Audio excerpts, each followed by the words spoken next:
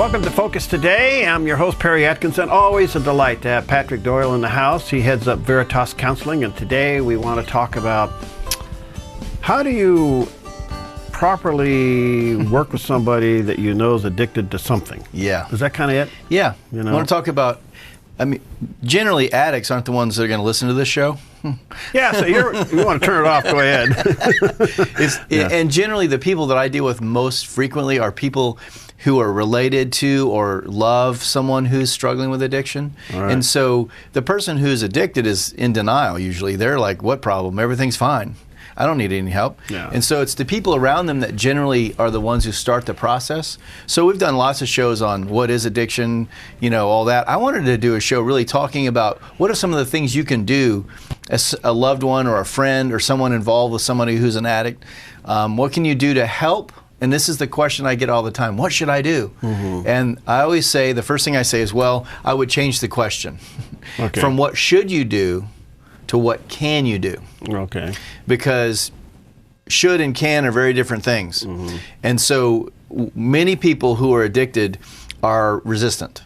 You can do this and you can do that, and you can try this and you can try that, and what does it end up? Same old thing every time. You feel very frustrated, very hopeless, like there's no change. They're not willing. They lie, rationalize, minimize, justify, deny. And so it's very frustrating for the person. And what happens is, if you're not careful, the person who is trying to help becomes as sick as the person who's addicted. It becomes as consuming to the person helping. And so, it's like if someone's drowning and you go out to help them and they start spazzing out, what are you supposed to do? Let them go.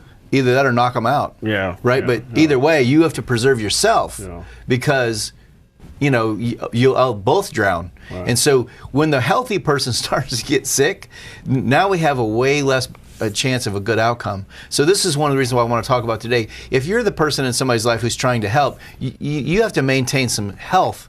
Otherwise, the whole thing can go south really quickly, and you can become very overwhelmed. And the thing I see with a lot of people who are trying to help is they get what I call help fatigue.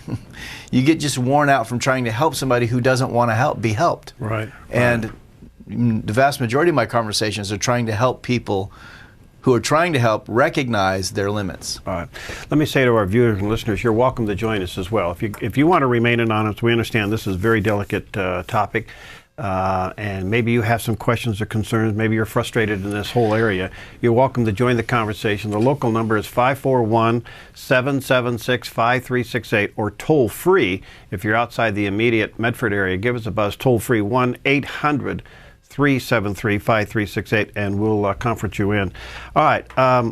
Now, believe me, I've had my share of people come to me and say, I think this person is addicted to. Right. They can't find the evidence, but the conduct certainly suggests it. Exactly. Can you maybe explain that a little further? Well, what I see with people who are in relationships, whatever kind of relationship it is, whether it be marital or friend or whatever, the person who is sensing that the person's an addict usually doesn't come to that until the evidence is stacked pretty high. So most of us want to deny what we see. Right. That's really not happening. Oh, it was just that one time, or they didn't mean that, or we rationalize ourselves because we don't want it to be true.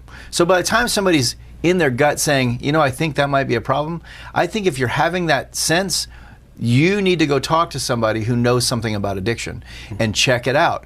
Don't deny it. Okay? So the other thing is that people who want to help they misunderstand their power. Oh, okay. So we think that because we notice it or we think they want to stop. But I've worked with thousands of addicts. They don't want to stop. That don't want to stop. Some do.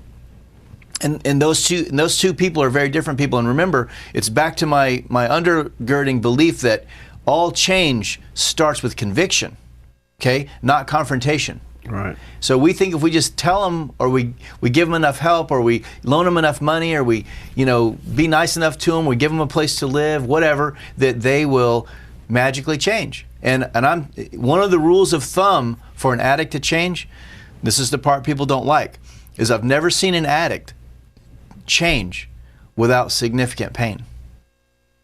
And what we tend to do is we see their life unraveling because their behavior is creating that.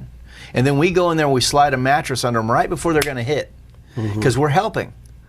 No, you're not. If you're making it comfortable, you're not helping. What you have to do is pull the rug so that they hit. Now, here's where the dangerous part goes. I've seen people go to their grave in addiction. I've worked with lots of people who just didn't come back.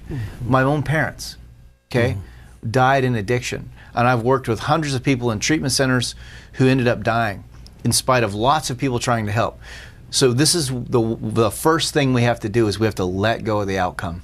Listen, I can't control it. I want them to get better. I want them to live differently. I want them to be happy. I want them to be well, but I don't have any control. So the first thing you got to do is let that control go, because you don't have it. And that's really hard when you're talking about a family member or a spouse or a child, you know, and this is scary stuff, you know, because somebody may destroy themselves. And we don't want that, but we can't control it. And so what we want to do is maintain enough sanity in our own lives that if they do decide they want something different, we're not crazy from trying to help, right? So that we have some clarity. And so, you know, the idea that, you know, I think of the eagle. This analogy really helped me. When the eagle builds its nest, it builds it out of pretty rough materials, right? And it's usually pretty high. And so when the baby chicks, before they get there, they line the nest with soft feathers and down and make it really nice and comfortable and easy. And then when it's time for the bird to fly, they pick all that stuff out of the nest. So it's uncomfortable and the bird doesn't want to be in there anymore. And then they have to fly, okay? I think that's a good analogy of what we have to do. We want to keep padding it because they're having difficulty and they're always in some sort of crisis. You know, with somebody who's an addict, there's always something. And you can never get to the bottom of it. Well, you know, that guy and because, and then that thing and my guy and my boss and because, you know, and you can never get to like a clear statement, you know? And so you start to feel kind of crazy, like, well, golly, what, you know, everybody must be against you. I don't know, it must be true. Maybe nobody does like you. You know, you just can't believe that somebody's life could be that problematic. One of the hard parts is it's hard to stand or sit on the sideline and watch somebody self-destruct. Exactly, Perry. I mean, when you're seeing somebody self-destruct, you're kind of going, you know, your humanness added to your humanness is your Christian belief system. You want to reach in there and grab this thing. Right. And you know, I've done it both ways in my career, in my life. And I've had lots of family members who are addicts. I've been an addict. So, you know, this is something I know on a very personal level. I also know it as being a treatment professional for years. You know, your desire to want to make that better is healthy. Where it gets unhealthy is when you deny the fact that you can't help. Okay. I think that's probably where we need to camp. I've got to take a break here in a moment. But there actually comes a time where you can't help because the person either doesn't want it or doesn't believe they need it. Maybe both. But at that point, they are a human being responsible for their own life. Right. Is that fair to say? Yeah, absolutely. Well, I think that's always true. And so when we get back from the break, we'll talk about many people who are trying to help others in this situation. They feel guilty because they see that their life's not going well and they want to help, and they feel guilty because all the things they're doing aren't helping. All right. And we'll talk about the dynamic of that when we get back from the break. If you want to join us, you're more than welcome. Maybe you have somebody in your family that is addicted to something and you really want to help. And if you have any questions about this, you're welcome to join us. The local number is 541-776-5368. The toll-free number is 1-800-373-5368. We'll take a break. We'll be right back with Patrick Doyle.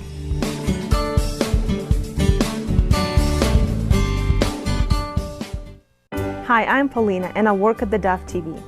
Did you know that when you support the Deaf TV, you have a profound impact, not only in our community, but around the world? It's your continued support that takes the inspiration and hope in the programs we produce and makes them available to the thousands of people who are watching these videos online every week. Help bring encouragement and hope to our valley and beyond by making a secure online donation today at our website, thedove.us.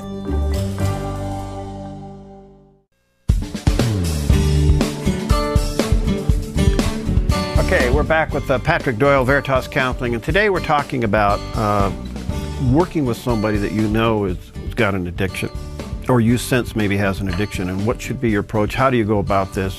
It's very difficult, especially if it's somebody you love, and you can become extremely frustrated, and you can do all the wrong things with the right reasons, and just make the situation worse. And so maybe you have some questions along this line. Maybe it's somebody very close to you, and you know and sense that they're addicted to something, but they're not taking your advice. Anyway, you're welcome to join us, 541-776-5368, or toll free, 1-800-373-5368.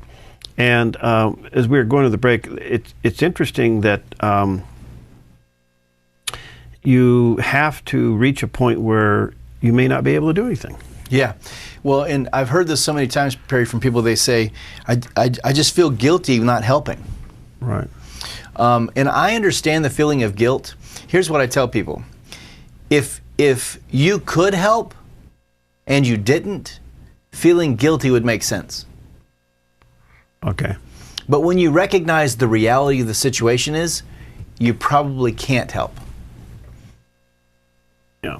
So I always start that with this, because I've experienced similar things with people coming to me in the years gone by, and I always say, well, have no regrets. Yeah. Right. Try to do what you can. Yeah. But you're going to reach a point where you can't do anything. At least you satisfied the fact that you've tried. Right. Most people in the addicted situation, one of the rules of thumb I have, if you're working harder than the addict at their problem, you're on the wrong track. Duh. But this is really common. Because the addict has one rule. Protect supply. Wow. Whatever I have to do to keep doing this, I'll do. Run my mom over, steal, lie, cheat, doesn't matter. And they're not thinking of it as that. They've got it rationalized, and they've got it minimized, and they've got it justified. They're not living in reality. So every addict to survive has to have denial. That's the only way. And so we approach them like in this context of our right and wrong and good and bad and do this and don't do that, and they chuck that. They don't even, that's not even a part of their deal. Are they rational? No. Okay. They're committed. They're committed to doing what they have to do to get what they need to get, and it doesn't matter who's standing in their way. Okay. Boy, that's a big part of the equation. Somebody told me yesterday, when logic doesn't work, don't apply it. Yeah. Well, my saying is, crazy doesn't make sense. You know, and when somebody's being, acting in a way that's self-destructive and others destructive, that's not sanity. Yeah. It's never sane to do something that's self-destructive. Okay. I want to deal with consequences. Okay. I think that's a big we'll get part. to that. All right, you're welcome to join us. Hi, Eileen. What's your question today? I have a friend who's a fairly young man, maybe 55. Anyway, he chews. He's a fine Christian man. Yep. He has a great knowledge of the Scriptures. He's very, very astute about wanting the Word preached properly and everything. Right. And yet, he's destroying himself. His teeth, he has horrible attacks of acid indigestion. And this is all from chewing. I know it is. And I told him, I said, God doesn't want you to do that. You need to get rid of it. Yeah. And he just continues to do it. So why do you think he does it? I don't know. Well, he's addicted to it now. He's been doing it, but it's awful to ride in his car with him because I don't drive anymore, and he always gives me a ride to the grocery store, and he has a little cup that he spits in. Yeah. Otherwise, this man is so clean and such a good person. If anybody's in need, he'll go over and buy their groceries or anything. Right. And so because he chews doesn't mean he's a bad person. Oh, no, I'm not saying that. I'm just saying. I'm confirming that's not what you're saying, that you're saying he's a good person, but he keeps doing this thing that's destructive. My question to you is, there's a reason why he does it. One is he likes it. And the consequences to him, he has rationalized. If all my teeth fall out, if I get throat cancer, I'm not thinking about that. I'm thinking about the fact that I want to do this. And here's back to what I'm saying. You can talk to him till you're blue in the face. Won't make a difference. Oh, no, I won't talk to him. The one time I said to him, I worked with a man who had surgery because of that, and we fed him with a pitcher. We poured liquid into his mouth. He couldn't chew or swallow hardly. Right. But you know, one of the things that that we think is that if we talk about the consequences of the addiction, that people will stop. But that's never true. Look at how many people die from smoking, from heart disease, from liver failure, from all the, overdoses. Overeating, consequences do not change people. If that were the case, nobody would be addicted. So I want to know, if he's a Christian, why doesn't he feel any conviction about the damage he's doing to himself? Right. And that's the question I would ask him. I wouldn't even talk about the chewing. Oh, no. I'd ask him, why do you not have any conviction about the harm you're doing to yourself? And see what he says. I will. I mean, well, hopefully it'll spark a little conviction in him. Well, thank you. Okay. You're welcome. Thank you, Eileen. All right, you're welcome to join us. The phone number is 776-5368. We're talking to Patrick Doyle about how to help somebody that may be very close to you that is addicted to something, and what's your role in that? Hi, Ted. What's on your mind today? I had to turn off the radio. I didn't want any background. Okay. So when we were talking before, the guy that chews, that might be a little different addiction. I mean, it is addiction, obviously. Yeah. I was thinking more of before that. You're talking about people who are crazy or insane, and so they don't really know. I would say they don't really know what they're.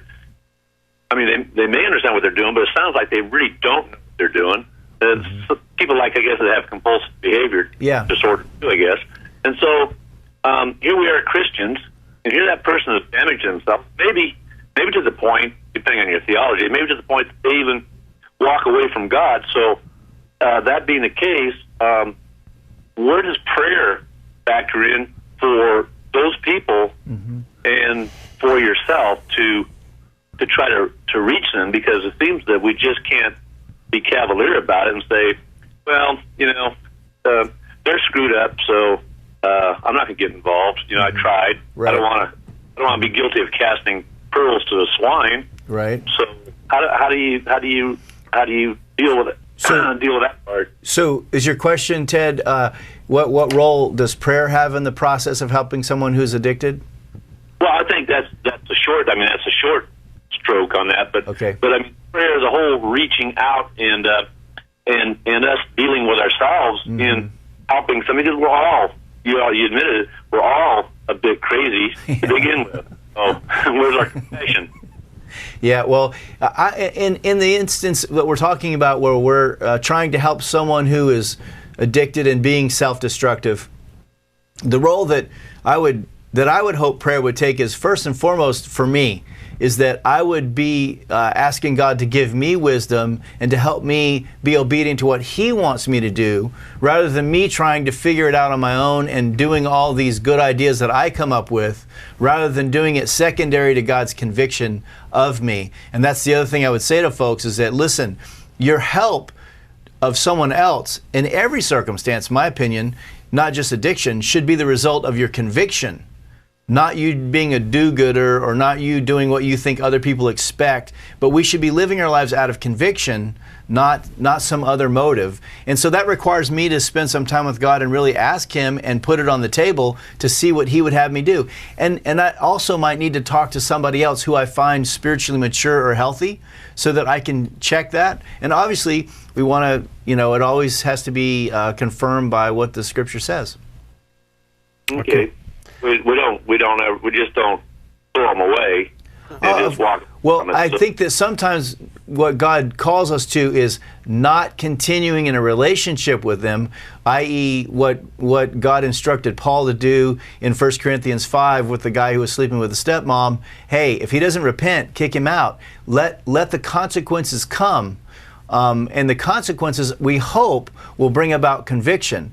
But never are we casting someone out because we don't care. Sometimes very painfully, we allow them disconnection in hopes that that will convict them.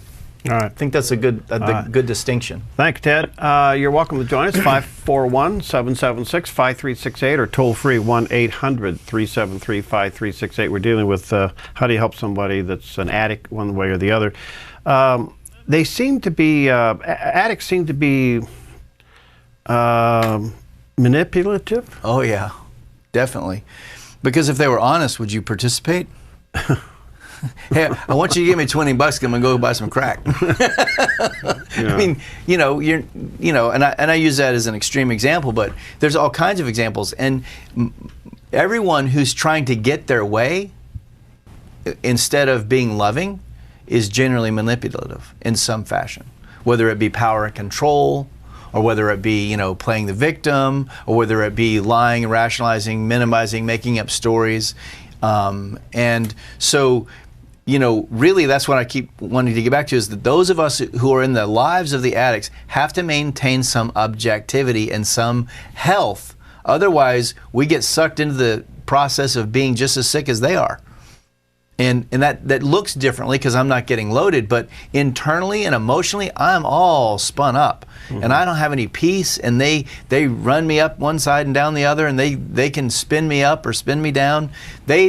They gain control, and I say to people all the time, we don't want to let crazy drive the boat. Okay, there's the threat of consequences, and then there's the actual act of consequences. Yes. At what point do they become individualized? Okay, so with an addict, I would say never threaten a consequence unless you intend to do it. Because here's the deal: if you say, well, if you don't, because and then you don't follow through, you just embolden them. Now they're like, they don't have the will, and they'll ratchet up their manipulation on you. And so, but no one sits down and writes you an email and says, now because you didn't follow through, now I'm gonna treat you worse. Yeah. It just happens. And so you have to have some clarity. And this is why I would encourage you to talk to somebody who knows about addiction. This is why I would encourage you to get get around some other people so you can check. I mean, if you went to somebody who you trusted and had some maturity and you checked your belief structure, you'd probably come away going, well, yeah, I probably shouldn't feel guilty about that. I'm not doing anything wrong. I'm trying to help them. At what point is your help now hurting? That would be a question I would ask, And I think, particularly when I look at parent situations, that's where I see the line, or family situations, the line gets really blurred because it's my child. What do you mean I can't help them? What do you mean I have to let them suffer? What do you mean they might go to jail? What do you mean they might die? I can't let that happen. And so, again, a lot of times parents don't have the will, and until God helps them, they won't. Yeah. And so part of our job is to support them in that struggle.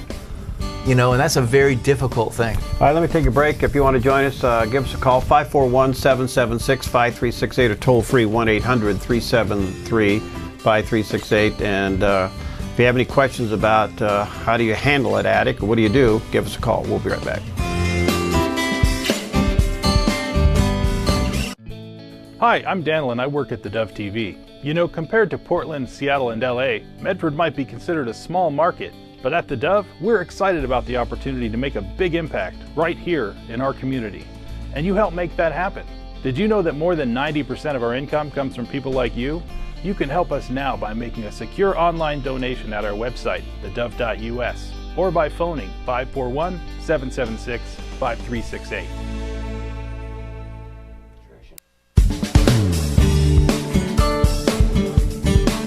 Patrick Doyle's with us, and today our topic is how do you reach out and minister or help someone that you believe is addicted to something. Maybe you know what it is openly, but whatever the case is, what is the proper way of doing that? And maybe you've become frustrated with it.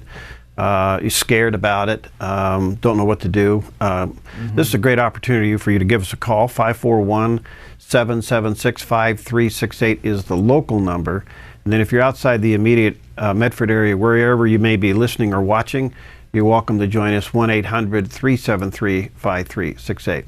Part of the addiction problem that I've noticed through the years is you'll know that something is wrong because there's this pattern developing that of no change. Yeah. And there seems to be an augering in of a lifestyle that doesn't seem to have any freshness to it. It's just there.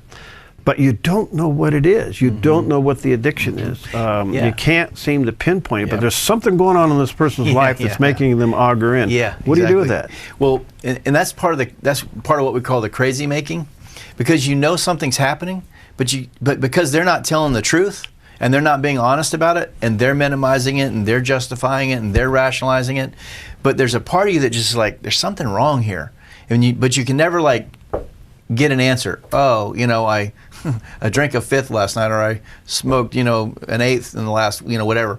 So what happens is that until you have some clarity about what they're doing, which is maybe a confrontation, you say, I'm concerned about what's going on. It feels to me like maybe there's some addiction going on. Maybe, I don't know, it seems like you're a little out of control. I'm concerned about you. Okay. Now, here's the thing. With addicts, you're not going to get a clear answer. Very rarely, maybe after treatment, maybe after sobriety, they'll come to you and say, oh yeah, this is what I was doing. But generally, they're not going to come clean. So you have to go have that face-to-face, and you have to trust what your senses say, not so much your brain, because they're going to lie to you, and they're going to send you on a rabbit trail. They're going to try to minimize, justify, and they're going to try to do the smoke and mirrors thing with you and get you off the scent, right? And so, but you watch behavior and you don't listen to words. Okay? You were late for work. You missed your payment. You haven't, whatever. You see the behavior that's going on, and when you talk to them, you don't talk about I think, I feel, or whatever. What you do is you say, here's what I see.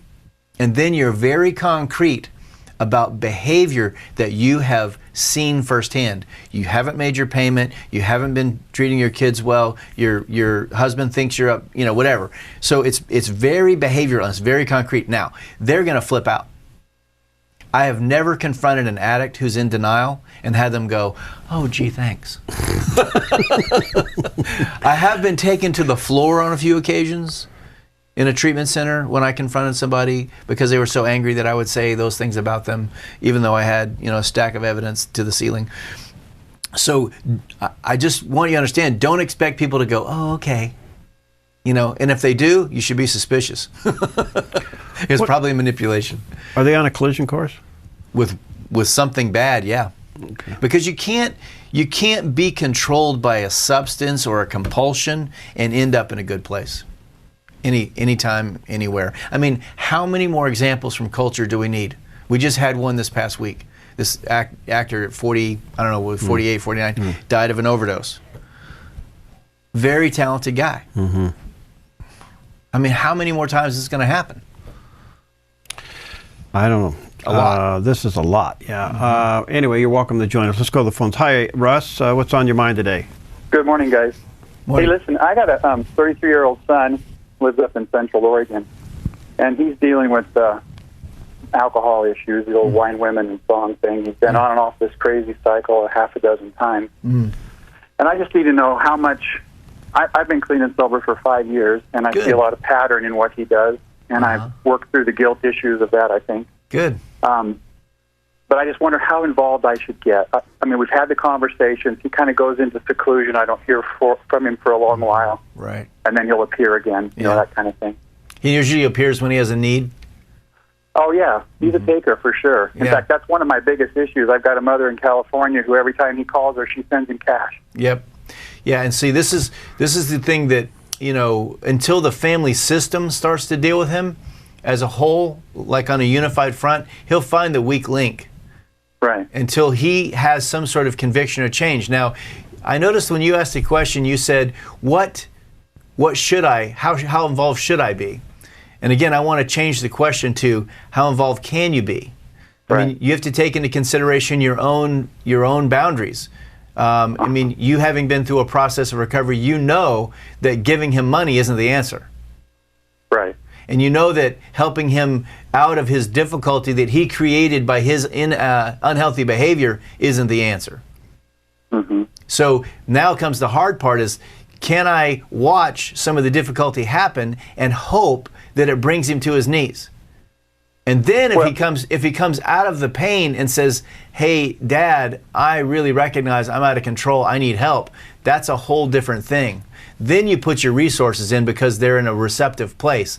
You're not wasting your resources. Yeah, and that makes sense. And so, you know, you're going to need to probably sit down with your mom and say, Mom, look, you're hurting him by giving him money. And here's why. And I've talked to, you know, hundreds, maybe thousands of addicted families with addiction in it. And here's the thing. You know, they think that if they give them money that it's going to solve the problem. And what the family doesn't do is talk about the reality of the behavior of the person they're trying to help. Hey, Mom, he's doing this, this, this, and this. I'm pretty sure she's not going to want those kind of behaviors to continue. Well, I'm sure that's the case too, and I've told her, and I pray a tough prayer for my kid every night. You know, that God will take him wherever he needs to go to figure it out. Yeah, tough. And so I share that with my mom, and I thought the last thing we need to do is, as you put it, throw a mattress under him before he hits the ground. Exactly. And she shakes her head the right direction, but she just has no willpower when he. She says She says yes. You know, her mouth is saying yes, her head is saying no. And so that's an ongoing relational issue between you and your mom of her coming to a place of health as well. I meit she's coming from a place of sympathy or, you know, wanting to help, and she didn't want anybody to suffer and all that. And you might need to educate her a little bit about the reality of the circumstance. And I found that to be true in my own circumstance when I work with people. The more I can get them into the reality of what's happening with the person, the more it sobers them up to, oh, well, we're helping them do that? Well, we don't want to do that. Instead of everybody sort of turning a blind eye to, oh, they're fine. They just need a little financial help and they'll be fine. Well, one of the comments I've heard is, well, it took you until you were 50 to figure it out. He's only 33. Yeah. Well, let's hope he doesn't waste another 15 years. That's my prayer. Yeah. And so we don't know when God's timing is. And this is why I think it's so important that you be in a place of moving out of conviction, not out of trying to prevent the outcome you don't want. I hear you. Okay. You know, thanks, Russ. And I wish thank you guys. I wish I had a nice, you know, pleasant way to say everything will be all right, but I just seen too many people go to their graves in this stuff, and we don't know what'll happen. All right, let's go to, hi, Joel. What's your thought today? After working for over 30 years in recovery programs, thing I have found as a Christian leader is that we need to lead them into green pastures and by still waters and not try to drive them into treatment. Yeah, right. You know the saying, Joel, you can lead a horse to water, but you can't make him drink? You can take them out in the stream, maybe, but that's about as far as you can go. I changed the saying. It's true you can lead a horse to water, but you can't make him drink. But you can give them a lick off a salt tablet and encourage their thirst. That's true. You know that one, Pat. And I think that's what you're talking about, is that through our relationship, we want to increase their thirst for the wellness. Rather than browbeating them into what we want. Would that make sense to you? Totally, and the other part of it is we leave the rest to God. He separates out the sheep from the goats. Yeah. All right. Thanks, Joel. What do you say to somebody that becomes angry? They just can't seem to make any progress, and they find themselves internalizing this, and now they're dealing with a sickness themselves. Yeah, so... I mean, I've had people in my office who are just absolutely furious at what's going on. Right, because I realize there's other issues on the table besides the person that's addicted, you know. So the person who's trying to help is furious? Is that what you're saying? Yeah. Yeah, well, that's where you're going to end up.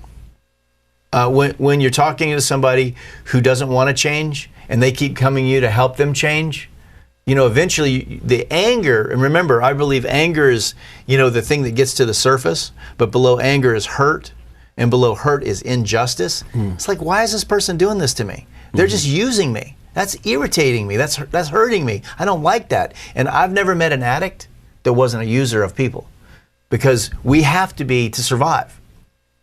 You know, if I was independently, if I was, you know, Howard Hughes, I could lock myself in the top room of my, you know, penthouse in my, you know, my hotel and just be by myself. But that's the vast majority of addicts have to have other people to keep it working. And they have to have money because they're not, taking care of business, or they're spending too much. And the end result of somebody not getting help with addiction is their life will be destroyed. It won't have any quality to it of any kind. They might have money, but they're not going to. The thing that we say in recovery is that addicts don't have relationships. They take hostages. And if you feel like a hostage, that's because they're probably addicted. Mm-hmm. Yeah. All right, let me take a break. If you want to join us, give us a call, 541-776-5368, or toll free, 1-800-373-5368. We'll be right back with Patrick Doyle.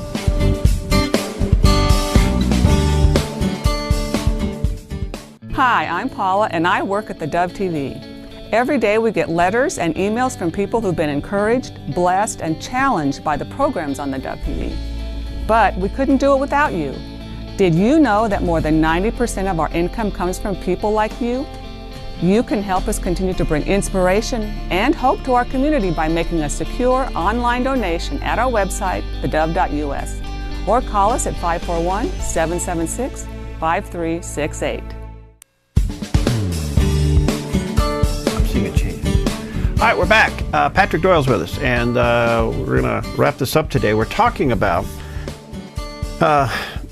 dealing with people that have an addiction. There's something in their life that's got control of them that doesn't allow them the freedom and the love and the common sense that you want to see in their life. And it's starting to spill over into relationships, into money management, into jobs, the whole gamut of things. Right.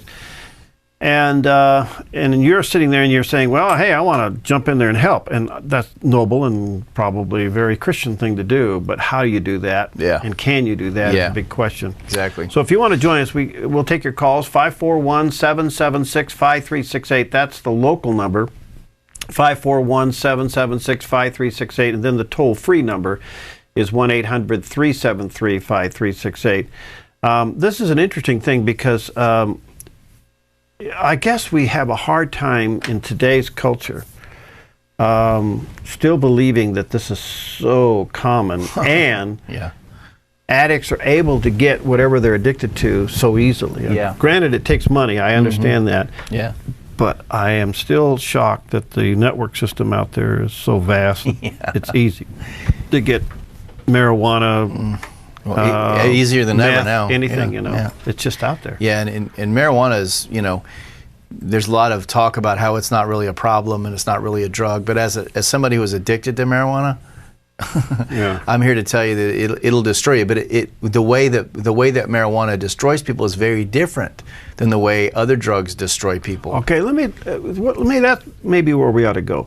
What are the symptoms of marijuana versus meth versus something else, harder drug? So when you're talking about meth or alcohol or heroin or those kind of drugs, you're talking about a drug that has a very quick high. You take the drug and you're high really quickly, and then it goes out of your system relatively quickly. Marijuana is more like this slow arching thing that is almost imperceptible. So people who are addicted to weed don't have these what we consider addicted behaviors, because if you smoke weed today, it's going to take 16 days roughly to get half of that out of your system.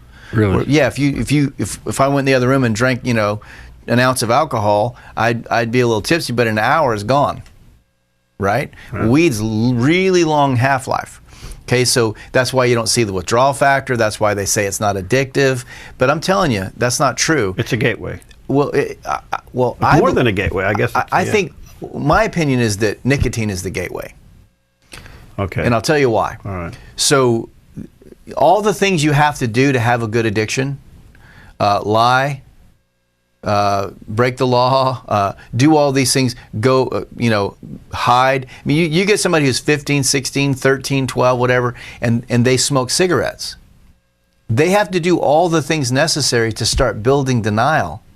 Right there. Right there. Yeah. And so, it's just cigarettes. I'm not a drug addict. But you have to you have to start developing all the structures that you need to have a good denial system. And so that's why I think it's, the other thing I think about nicotine that no one's really talking about is that in all my years in treatment, what I noticed was that nicotine, so when you intake nicotine, nicotine's a stimulant.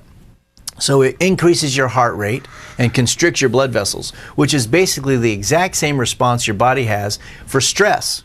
You're preparing for fight or flight, right? Your heart rate increases and your blood vessels constrict. So you feel stressed out, you smoke a cigarette, and you feel relief. But you just doubled your stress response. So how could you feel relief? Well, the reason why you feel relief is because nicotine distracts you from the feelings, internal feelings you have, and that's the relief. But physically, you got no relief. You just doubled your stress response. So I believe that nicotine is way all about emotions. That's why people smoke. It distracts them from how they feel. And this is the other thing I was going to say is that, listen, I've never met an addict that wasn't deeply pained. Under every addiction is a profound level of hurt. And just remember that hurt is in the eyes of the beholder. It doesn't matter whether or not I think it should hurt. If they believe it hurts, that's usually the fuel system for the addiction, because the addiction is all about altering how I feel. Boy, very well said. All right. Hi, ma'am. You're on the air. What can we help you with?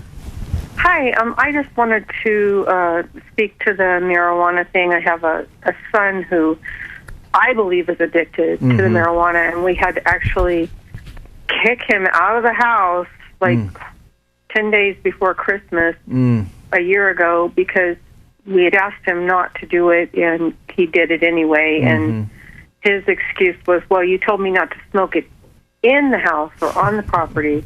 And I said, no, I don't want it in your body while you live here. Right.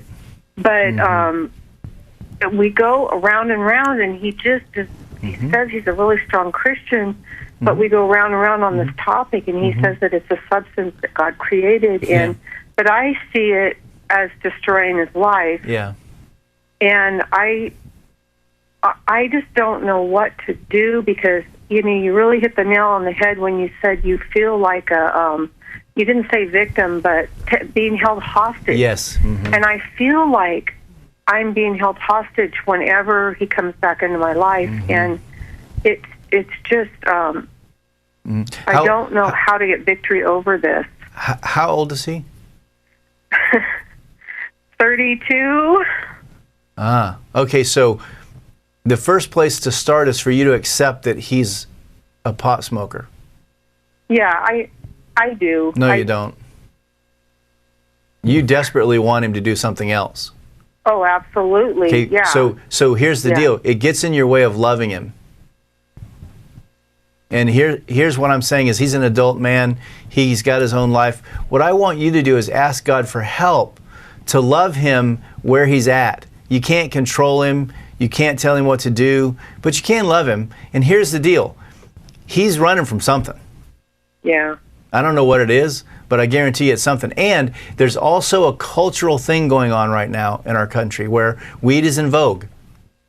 Weed is cool. Weed is good. Weed is what everybody needs. If we all smoked weed, we'd have a better country. And I've talked to hundreds of people about all the arguments about how weed is not as bad as alcohol and all these other things and how they justify that. But at the end of the day, I'm still altering my mind. Why do you need to alter yourself? Why is reality not good enough? Right. And this is what I'm saying is that if you can get to this place where you can say, son, talk to me about what's going on inside of you. Just skip the weed. Just don't even talk about it. But get below the surface of what's going on in your world. How do you feel about yourself? I mean, what's going on? How are your relationships? How's your job? And do not give him one ounce, not any, unsolicited advice. Okay. That's going to be hard, as a mom. I know. But see, every time you give him advice, he hears you say he's a failure. Okay. And I know that's not... that makes sense. I don't think that's what you want. No, absolutely not. So what I want you to do is talk to him. I would even go so far as sometimes to confess your own sin to him. I don't mean, deep, dark, heavy stuff, but confess what you're struggling with. Be a real human. Don't try to be the standard he needs to meet. Okay. And that's good advice. Try to connect with him, because here's the thing. I say this all the time to parents, and I don't care how old your kids are. Authority is empowered by relationship. And when we destroy the relationship over the behavior, right? See, right. And so listen, can you have a relationship with him? I don't know. We'll see. Can you have a relationship with him on some level? So, well, I do have a relationship. It's just there's this a block. Boundary that I need to set in order to have peace in my own home. Right. He can't do it in your home. He can't be a part of that. But, he's 32. He's going to have his own life. Right. And so what I'm saying is that you make that boundary, but you also love him from where you're at.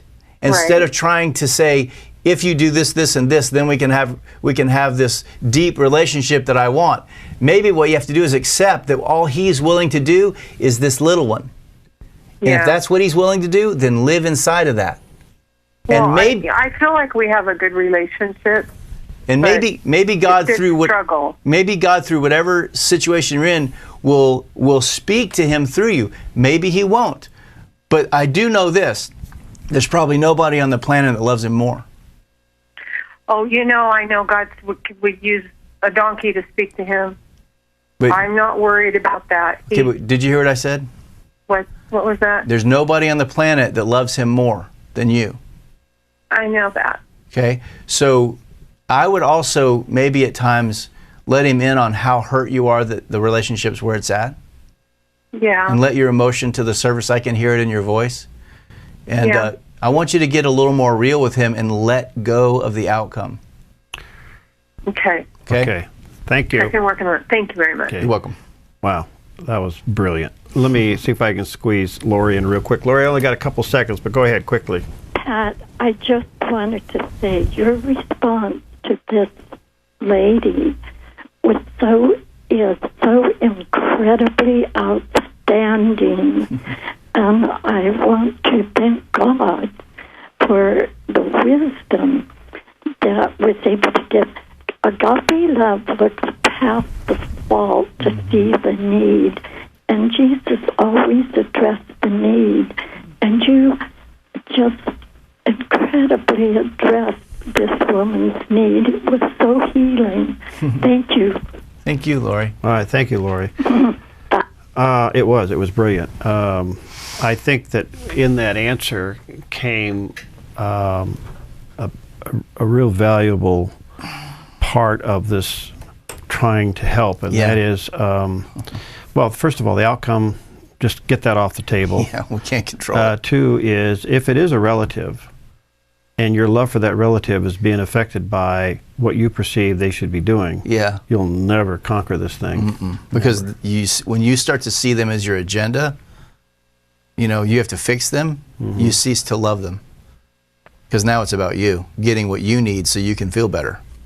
And addicts, I've never met an addict, Barry. This is the crazy thing. I've never met an addict, and I've met hundreds, thousands, that wasn't really perceptive. They're always very perceptive people. They're always highly perceptive people, and usually sensitive. So truth can get in, whether they accept it or not. But that's another story. It can get in. Right. And if they know you care about them, that will open the door more than anything else. This isn't fair, but does an addict fear losing that control? That's why they don't give it up? Well, yes and no. Okay. That's a longer That's another answer. show. Yeah, exactly. All right. Sorry about that. That was a big question at the last minute there. All right. Veritas Counseling. 622-6018. 622-6018. Or veritascounseling.com. Or veritascounseling.com. All right. Patrick Doyle. Thanks, friend. You bet. We'll see you next time on Focus Today.